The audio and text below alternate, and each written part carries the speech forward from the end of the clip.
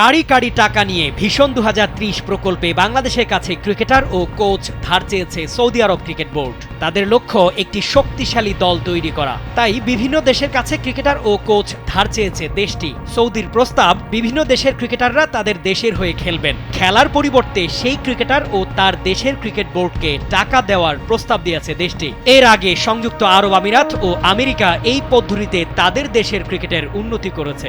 সেখানে যারা খেলেন তাদের বেশিরভাগই ভারত, পাকিস্তান ও বাংলাদেশের। কিন্তু সৌদির এই আবেদন নাকচ করে দিয়েছে বাংলাদেশ ক্রিকেট বোর্ডের সভাপতি আমিনুল ইসলাম বুলবুল। স্যান্ডেলিনা সো, রূপচর্চায় আভিজাত্য।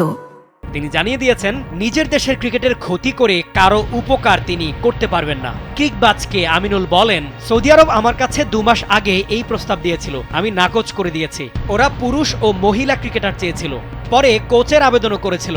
কিন্তু আমার দেশের স্বার্থের কথা না ভেবে আমি কিভাবে ওদের ক্রিকেটার ও কোচ দেব? এখন দেখার বিষয় অন্য কোনো দেশের কাছে সৌদি এই প্রস্তাব পাঠায় কিনা।